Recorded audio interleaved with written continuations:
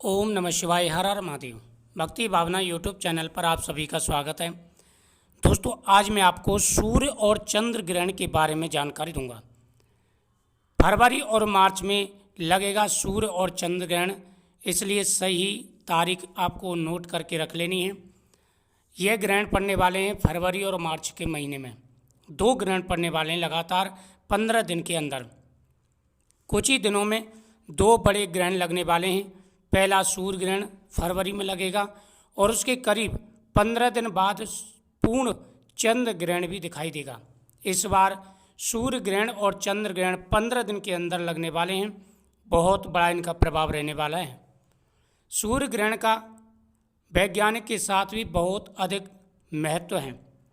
सूर्य ग्रहण तब लगता है जब चंद्रमा पृथ्वी और सूर्य के बीच आ जाते हैं और सूर्य की रोशनी कुछ समय के लिए ढक जाती है, जबकि चंद्र ग्रहण तब होता है जब पृथ्वी सूर्य और चंद्रमा के बीच आ जाते हैं और उसकी छाया चंद्रमा पर पड़ती है।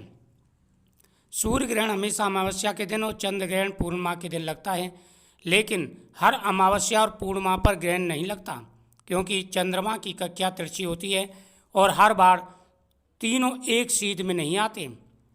धार्मिक मान्यताओं में ग्रहण को राहु केतु से जोड़ा गया है और इस दौरान सूतक काल मनाने की भी परंपरा है, जिसमें पूजा पाठ से बचा जाता है और ग्रहण के बाद स्नान किया जाता है। जबकि विज्ञान के अनुसार ग्रहण से शरीर पर कोई बुरा असर नहीं पड़ता।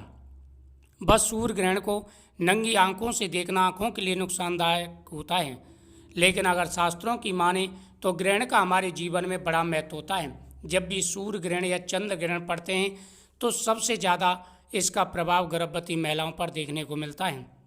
जब भी सूर्य ग्रहण या चंद्र ग्रहण पड़ते हैं तो विशेष बातों का ध्यान रखना चाहिए।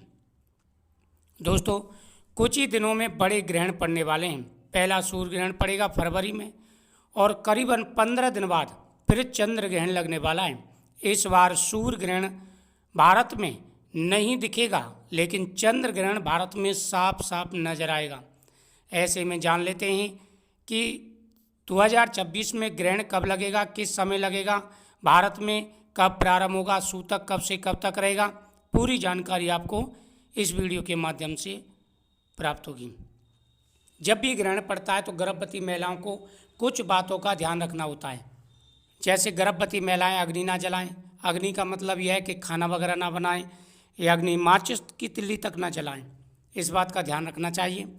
साथ ही फल सब्जी आदि ना काटें, सोए नहीं और भगवान के मंत्रों का जाप करते रहें और कैंची सुई आदि का प्रयोग ना करें।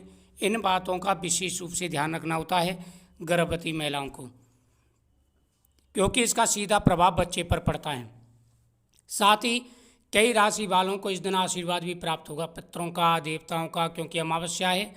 और साथ ही साथ पूर्णमासी के दिन सत्यनारायण भगवान का आशीर्वाद प्राप्त होगा तो आपकी मनोकामना पूरी होगी। बहुत बड़ा दुर्लभ योग बनने जा रहा है। पहला जो ग्रहण पड़ेगा वो पड़ेगा 17 फरवरी को। साल 2026 का पहला जो सूर्य ग्रहण पड़ेगा वह 17 फरवरी 2026 को लगेगा। यह वलयाकार सूर्य ग्रहण होगा।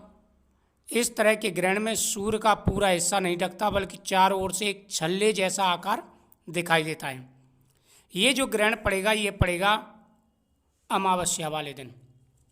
यह कंकड़ सूर्य ग्रहण फाल्गुन अमावस्या मंगलवार को भारतीय समय अनुसार दोपहर 15:26 से यानी 3:26 से रात्रि 7:57 तक दिखाई देगा।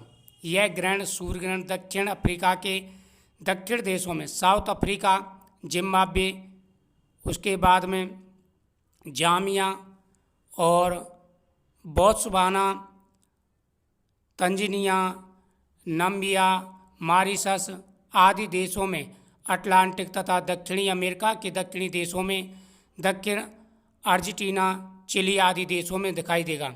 भारत में यह ग्रहण दिखाई नहीं देगा, तो इसलिए विशेष रूप से ध्यान रखना है। जो सूर्य ग्रहण होगा वह 3:26 से दोपहर को प्रारंभ होगा और शाम को 7:57 पर समाप्त हो जाएगा। यह ग्रहण भारत में दिखाई नहीं देगा, इसलिए भारत में सूतक काल मान्य नहीं होगा, यानी पूजा पाठ, रसोई या मंदिर जाने पर कोई भी रोक नहीं रहेगी। लेकिन जो 3 मार्च का ग्रहण पड़ने वाला है उसका पूरा पूरा प्रभाव भारत के अंदर रहने वाला है, तो बहुत सावधानी आपको रखनी है। 3 मार्च 2026 को लगने वाला चंद्र ग्रहण पूर्ण रूप से भारत में दिखाई देगा।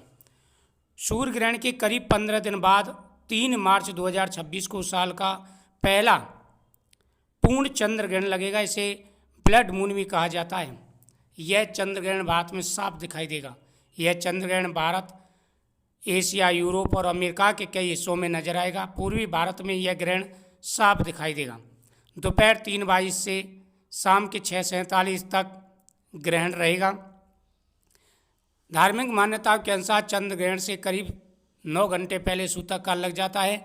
ऐसे में 3 मार्च को लगने वाले चंद्र ग्रहण का सूतक काल 3 मार्च की सुबह 6:22 से प्रारंभ हो जाएगा। ग्रहण के दौरान भोजन करने से बचें, मंदिर में पूजा पाठ न करें, गर्भवती महिलाएं विशेष सावधानी रखें, खुले आसमान के नीचे ज़्यादा देर न रहें, पेट पर गेरू जरूर लगाएं, ग्रहण समाप्त होने के बाद स्नान करें और दान पुण्य करें। कई राशियां इस दिन भाग्यशाली रहने वाली हैं। दोस्तों, ज्योतिष के अनुसार 2026 में लगने वाले इन दोनों ग्रहणों का असर कुछ राशियों पर देखने को मिलेगा। खासतौर पर मेष, मिथुन, तुला और धनु राशि वालों के जीवन में बदलाव के संकेत नजर आएंगे।